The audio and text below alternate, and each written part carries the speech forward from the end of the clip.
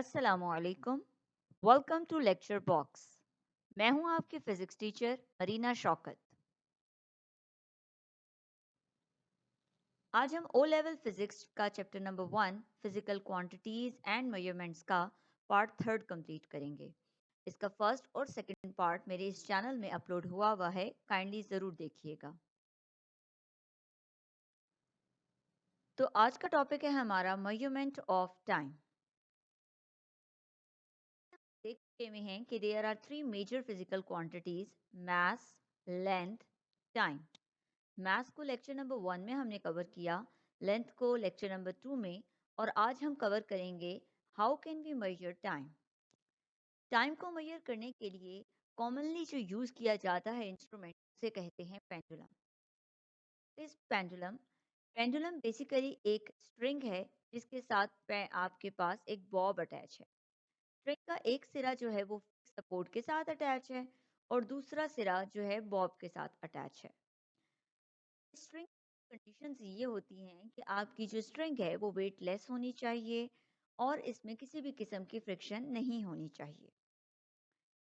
इस बॉब को इस पोजीशन आर से मूव करके एस पोजीशन पे आने तक और फिर एस पोजीशन से वापस आर पोजीशन पे आने तक जितना टाइम लगेगा उसे हम कहते हैं time for one complete revolution, named as time period, represented by capital T. और इसी को हम स्टैंडर्ड टाइम कंसीडर कर सकते हैं। टाइम को मेजर करने के लिए मोस्ट कॉमनली जो इंस्ट्रूमेंट्स यूज होते हैं उनमें है मैकेनिकल वॉचेस जो हम हाथों में पहनते हैं, clocks, oscillation of springs, quartz watches and many more. Commonly जो हम यूज करते हैं लैब्स में वो हैं स्टॉप वॉचेस, और ये इसलिए यूज की जाती हैं because stopwatches are very precise. इनकी प्रिसीजन का अंदाजा आप लगा सकते हैं इसके लीस्ट काउंट से, जो कि यहाँ मेंशन है 0.1 सेकेंड्स। इंसान का डिजिटल स्टॉप वॉच या स्टॉप वॉच से टाइम मेजर करने में एक एरर आ सकता है, and that is just an human error. और वो आ सकता है आपके पास 0.3 से लेकर 0.5 सेकेंड तक। इसका मतलब ये कि अगर मैंने अपने स्टॉप से टाइम को मेजर किया है और टाइम आया है 3.4 सेकेंड, तो हो सकता है वो टाइम 3.1 सेकेंड्स हो, लेकिन उसको देखने, लिखने, ऑब्जर्व करने में मेरा 0.3 से लेकर 0.5 सेकेंड्स जो है वो पास हो सकता है।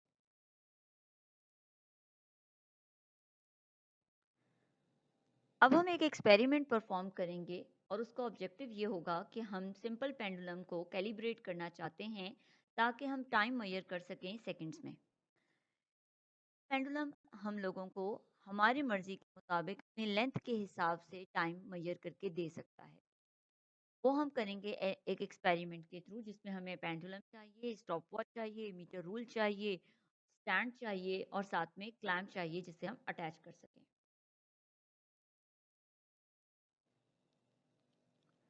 तो ये है उस एक्सपेरिमेंट का सेटअप जिसमें आप देख रहे हैं कि आपने अटैच किया है स्ट्रिंग को एक स्टैंड के साथ, और स्ट्रिंग का दूसरा सिरा अटैच है बॉब के साथ, और ये है आपके पेंडुलम की length. Fasten the metre rule vertically, हमने यहाँ पर क्लैंप के साथ जो है मीटर रूल को अटैच किया है ताकि हम इस स्ट्रिंग की जो है वो लेंथ को मेजर कर सकें। और ये लेंथ यहाँ पर मेजर हो रही है सेंटीमीटर्स में, जिसको हम कन्वर्ट करेंगे मीटर्स में। हम लोगों ने जब टाइम नोट करना है with the help of stop watch, तो हम टाइम मेजर करेंगे 20 ऑस्किलेशंस के लिए। और 20 ऑस्किलेशंस के लिए ही क्यों मेजर कर रहे हैं ये हम आगे देखते हैं। पेंडुलम में यूज कर रही हूँ इस टाइम, उसकी लेंथ मैं अपनी मर्जी से वेरी कर सकती हूँ 60 सेंटीमीटर या फिर 0.6 मीटर से लेकर 100 सेंटीमीटर या फिर 1 मीटर तक।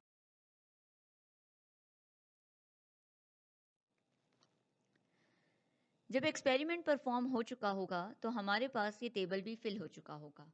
यहाँ आपको नज़र आ रहा है कि हमने डिफरेंट लेंथ्स लिखी हुई हैं इन मीटर्स, और 20 ऑस्किलेशन के लिए हम टाइम नोट कर रहे हैं। सपोज यहाँ पे हमारे पास टाइम आता है 3.1।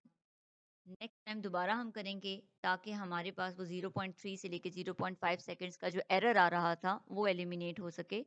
ज़रूरी नहीं कि आपके पास टाइम जो है प्रीवियस और वो सेम हो, ज़्यादातर आपके पास वो डिफरेंट ही होगा।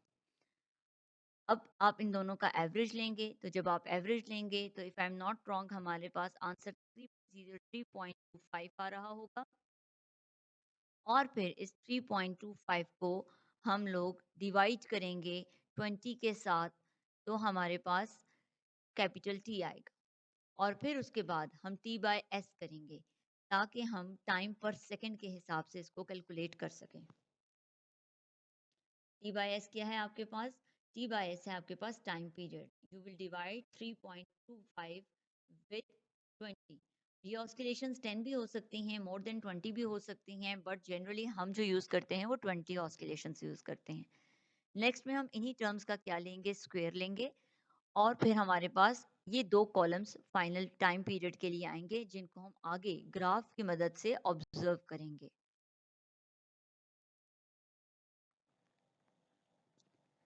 तो जी ये हमारे पास दो ग्राफ्स आए हैं। पहला ग्राफ है हमारा टी बाय एस, यानी कि जितनी आपका टाइम आया था divided by 20 oscillations versus length in पर मीटर्स के हिसाब से। और ये ग्राफ आप देख रहे हैं, ये ग्राफ आपके पास नॉन लीनियर ग्राफ है, कर्व शेप में जा रहा है। जो दूसरा ग्राफ है जो हमारा T square by S square के हिसाब से था, मीन्स कि जैसे हमारा टाइम आया था 3.5, उसका स्क्वेयर डिवाइडेड बाय 20 का स्क्वेयर, और इसको हमने ग्राफ को बनाया है versus L by M, lengths in metres. तो आपके पास जो ग्राफ आया है वो क्या है? आपके पास लीनियर ग्राफ है।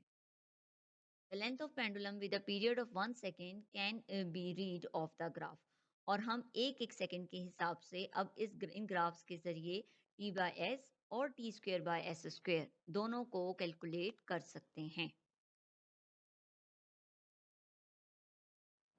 Now after performing experiment and filling the table, कुछ क्वेश्चंस अराइज होते हैं हमारे माइंड में, जिनमें सबसे पहला क्वेश्चन है कि why do we need to take the average time of 20 oscillations.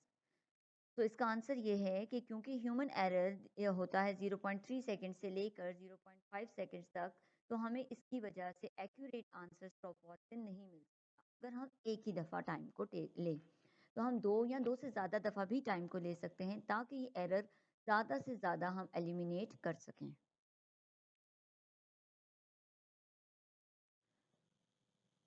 Next question आता है हमारा कि what can you observe about the graph of T by S versus L by M.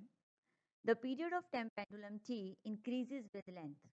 ये तो हमें पता चल गया कि जो हमारा ग्राफ है वो एक इंक्रीजिंग ग्राफ है, but as this graph is not a straight line, तो हम ये कहेंगे कि जो ग्राफ आपका इंक्रीज तो हो रहा है but it is not linearly increasing.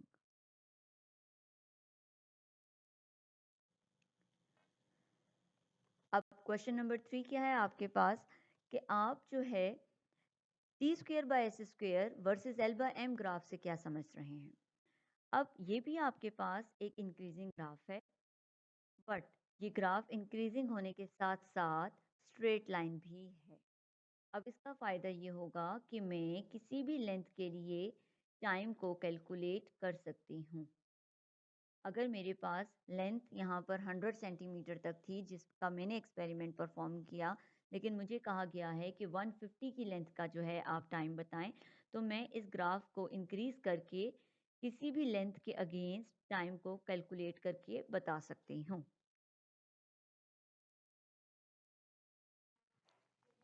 अब हम करेंगे टेस्ट योर सेल्फ। ये है आपके चैप्टर 1 का आर्टिकल 1.41।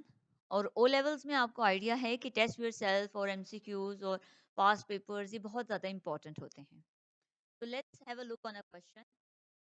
क्वेश्चन है हमारे पास, how can we measure the average time taken by a bus travel from home to school.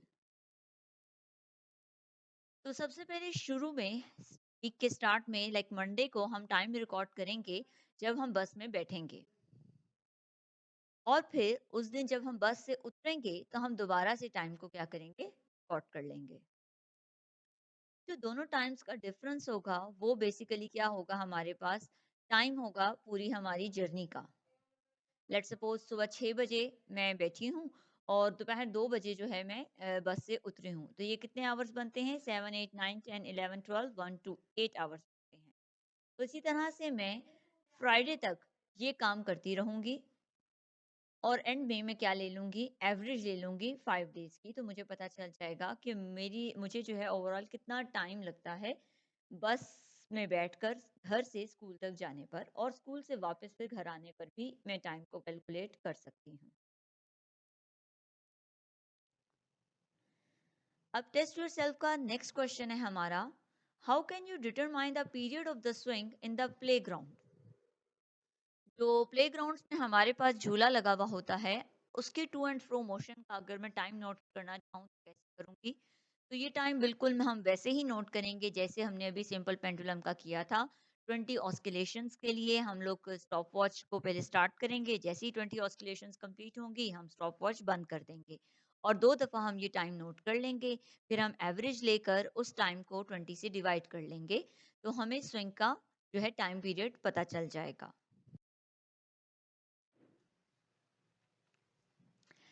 Next question, question number 3 है हमारे पास, figure shows an oscillating pendulum. If the time taken for the pendulum to swing from A to C and then from C to B is 3 seconds, what is the period of the pendulum? Moving from A to C, C to B only covers 3 quarters. अगर आप देखें पहले आप pendulum कहाँ गया है, उसका A से C और से C से B। ये पूरी ऑस्किलेशन नहीं है। पूरी ऑस्किलेशन कब बनती है हमारे पास कि अगर आपका और ये जो है पेंडुलम ए से सी पर जाता और सी से फिर कहाँ पर आता, ए पर। तो ये कहीं बीच की बात है।